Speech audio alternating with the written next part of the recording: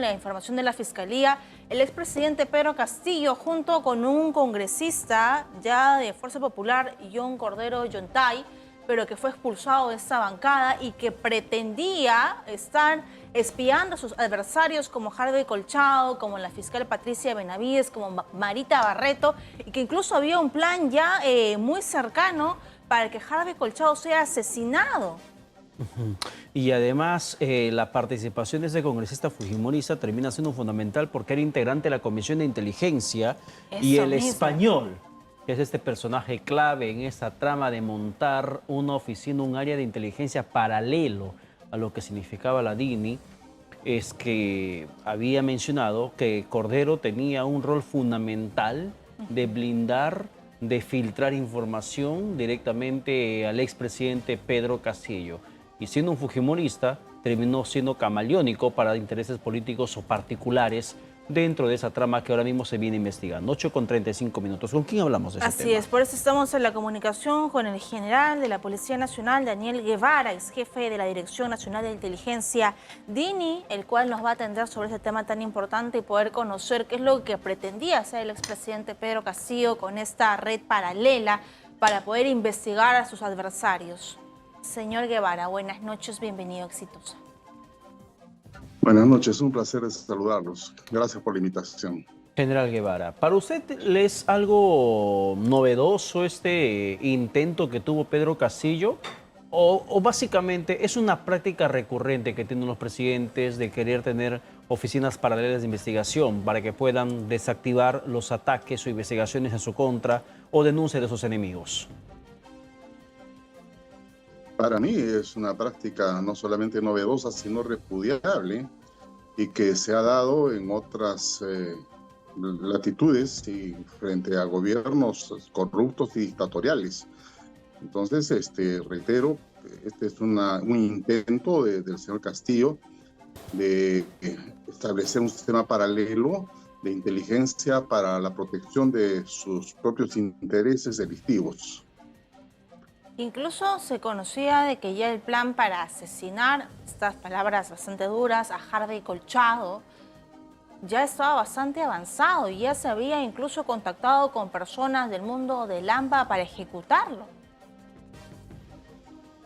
Sí, de lo que se conoce es de que el señor Castillo personalmente habría organizado un equipo que lo llamó de contra, supuestamente de contrainteligencia, que tendría hasta dos propósitos. El primero, hacer labores de espionaje sobre sus adversarios, que en este caso no solamente eran los políticos de la oposición, sino los agentes de la justicia, llámese fiscalía, llámese policía, que estaban practicando investigaciones en torno a las actividades delictivas que hoy día se revelan con mayor claridad. Y el segundo propósito era no solamente neutralizar esta actividad de los agentes de la ley, sino incluso llegar a su eliminación física, cosa que, digamos, en algún momento se practicó. Hablamos de la eliminación no física, sino institucional, que se intentó, por ejemplo, realizar en contra del coronel Colchado. Recordaremos de que desde el poder movió una serie de resortes internos destinados a quebrar la voluntad de la Fiscalía de contar con los servicios, en este caso invalorables, del coronel Colchado. Finalmente fue la presión mediática, fue la firme posición de la Fiscalía la que prevaleció y naturalmente hizo de que el coronel Colchado, que es un oficial de una reputación profesional bastante sólida, pudiera permanecer haciendo lo que tenía que hacer en favor de la justicia. Claro, y General Guevara, a esto se suma que, por ejemplo, cuando se cuestionaba o se pregunta y la Fiscalía va investigando sobre estos hechos, se da uno con la información de que todo este montaje, este andamiaje para poder acallar a sus captores o a los que investigan a la función que tuvo en su momento Pedro Castillo, iba a ser financiando con presupuesto de la DINI. Sobre eso quiero preguntarle, ¿cuán secreto es el fondo que maneja la Dirección Nacional de Inteligencia?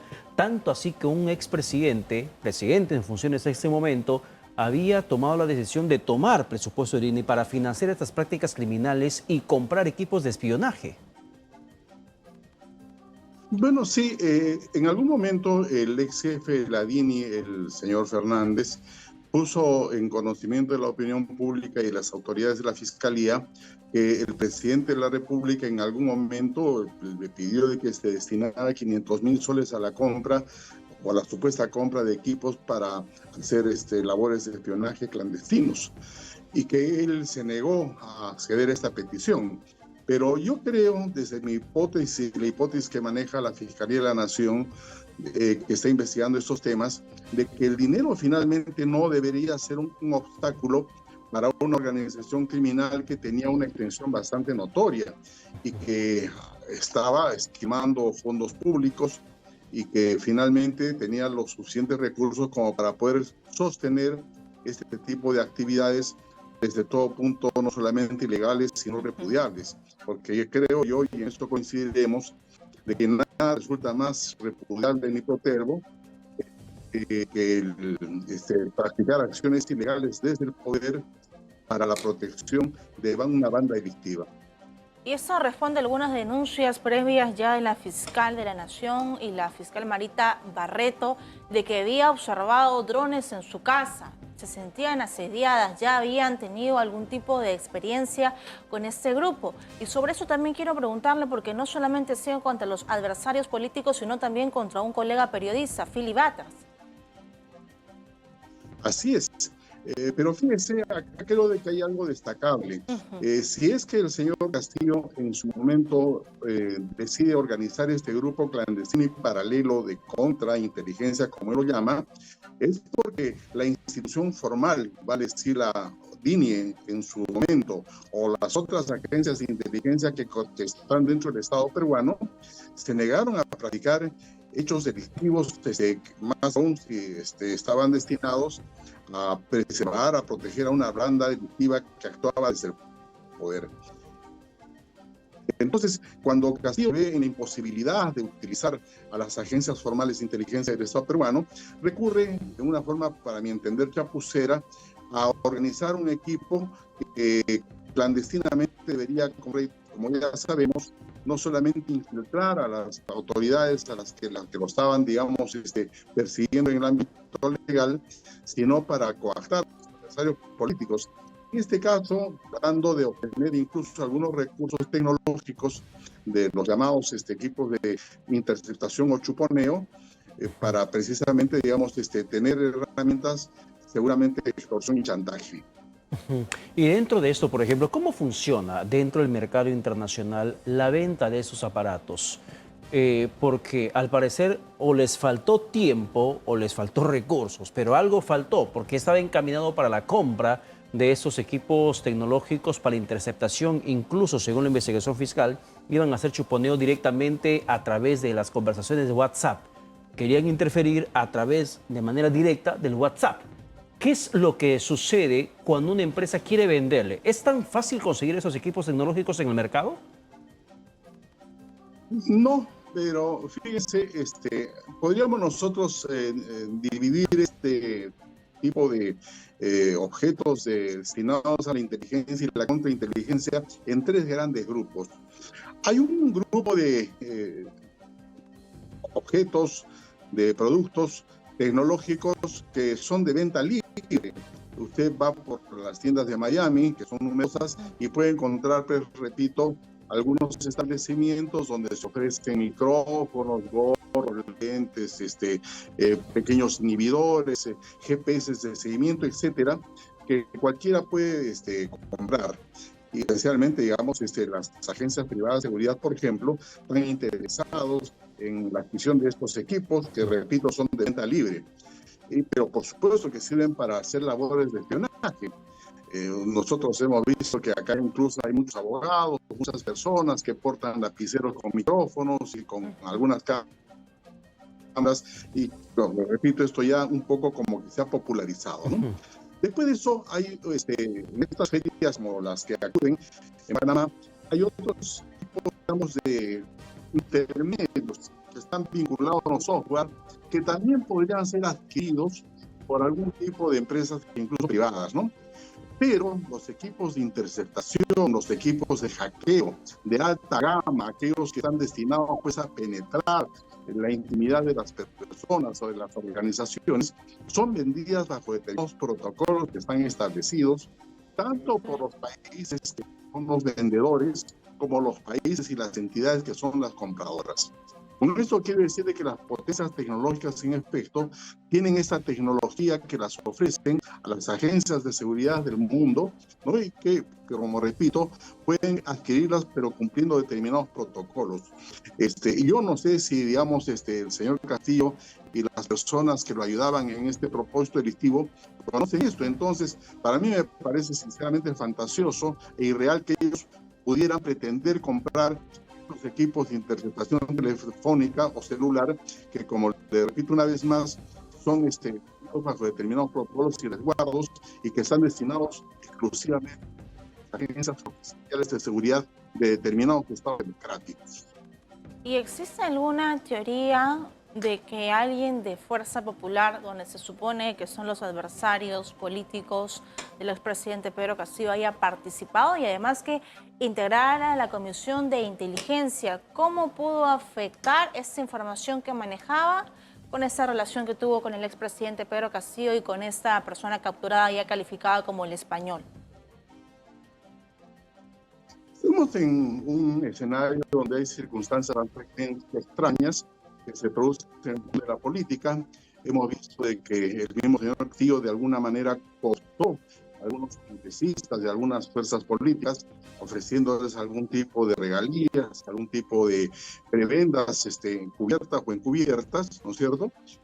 Y en este mundo, digamos, donde la fragilidad ética se vislumbra, sobresale, ya no resulta extraño de que hayan logrado cooptar posiblemente a un congresista de la oposición que, de acuerdo a todos los indicativos que aparecen, se habría prestado a este juego indebido de facilitar algún tipo de facilidades, de facilitar algún tipo de actividades destinadas a un fin desde toda perspectiva ilícita, ¿no? Entonces, son cosas de que deberían servir como una gran lección al pueblo peruano para que podamos en su momento elegir con más cuidado a nuestros congresistas, y también debería servir para que los partidos políticos hagan un escrutinio más exhaustivo de las personas que presentan en las elecciones, porque realmente es una cosa que desmerece al sistema democrático y que perturba definitivamente el Estado de Derecho, donde no pueden ocurrir situaciones como estas. Ahora, general Guevara, yo quiero salir de ese tema que vincula directamente al caso del expresidente Pedro Castillo en el equipo de contrainteligencia que él pretendía formar según la tesis fiscal, capturando ya algunos de esos implicados. Y quiero llevar al escenario social político que atravesamos en estos momentos, porque preocupa muchísimo la carencia de información e inteligencia que en esos instantes tiene el gobierno frente a los escenarios de violencia social en las zonas de protesta. ¿Qué está fallando? ¿Qué percibe usted que está sucediendo dentro de esta situación nacional? ¿Por qué es que la inteligencia no está funcionando como tal? La explicación es dramática y al mismo tiempo sencilla. Vea usted, durante muchos años el sistema de inteligencia nacional, cuya cabeza es la Dirección Nacional de Inteligencia, tenía identificada un conjunto de amenazas y riesgos para la seguridad nacional y el orden democrático, ¿no? Con esto quiero señalar de que los servicios de inteligencia no buscan información sobre lo que les parece, sino que tienen ámbitos definidos sobre los cuales pueden y deben actuar. Esos ámbitos definidos están explicados, están definidos, valga la redundancia, en el Plan Anual de Inteligencia que es aprobado por el Consejo de Seguridad Nacional y donde se inscriben en forma absolutamente precisa cuáles son, repito, esas amenazas, esos riesgos sobre los cuales el sistema de inteligencia debe trabajar. Es algo así como blancos que se les señala desde la perspectiva legal a los servicios de inteligencia. Comprendamos de que los enemigos o los adversarios clásicos de la seguridad nacional y el orden interno y el orden democrático fueron, por ejemplo, los grupos terroristas que operaron en nuestro país y que han dejado una serie de órganos generados, como por ejemplo el Movadef, que forman parte de esa estructura proto delincuencial o delictiva. Bueno, esos fueron pues, los enemigos, repito, clásicos sobre los cuales siempre nosotros actuamos. Sin embargo, con la llegada al poder del señor Pedro Castillo, los servicios de inteligencia giran en forma muy importante respecto a esas miras, porque estos personajes que en algún momento eran los adversarios potenciales o reales, eran la amenaza a la seguridad nacional, de pronto comienzan a ocupar, digamos, cargos dentro del aparato público y comienzan incluso a tener algún tipo de reconocimiento oficial. Tal es el caso de algún organismo sindical que es objeto de reconocimiento oficial desde el primer día en que se hace cargo el gobierno del presidente Castillo. Entonces, eso sumado a la precarización del aparato público que se produjo en la era Castillo y que por supuesto abarcó a la Dirección Nacional de Inteligencia y a otras organizaciones de inteligencia del Estado peruano, hizo de que la inteligencia en el Perú tuviera un grave déficit, una grave pérdida, ¿no es cierto?, en sus capacidades. Ahora, con el nuevo gobierno de la señora Dina Boluarte, esto ha tratado de ser recuperado, pero rehabilitar un organismo de inteligencia que tuvo, repito, digamos, una precarización tan importante, es un problema que no solamente representa un esfuerzo doble en materia de recursos, sino principalmente de tiempo. Mire, y con esto quisiera hacer, digamos, lo más ilustrativo posible. Una agencia de inteligencia es muy parecida a una agencia de prensa. Entonces, para una agencia de inteligencia, por ejemplo, reconstituir redes, reconstituir relaciones de informantes, de agentes que puedan trabajar para esta agencia de inteligencia, es un problema, digamos, delicado, porque, repito, demanda mucho cuidado y mucho tiempo. Entonces, lo que está ocurriendo pues es de que la inteligencia está en este proceso de rehabilitación y posiblemente no logre todavía, digamos, ponerse en forma a objeto de cumplir con las importantes labores que se le tienen encomendada. Bien. Gracias al general Danilo Guevara, ex jefe de la Dirección de Inteligencia, por darnos más información y sobre todo técnica de lo que viene ocurriendo, ya sea con el caso del expresidente Castillo, pero con lo que dijo mi compañero Pedro, que es lo más importante porque es lo que la población reclama, que la inteligencia pueda trabajar de la mano con ese gobierno para darnos más luz de lo que viene ocurriendo. Gracias y muy buenas noches.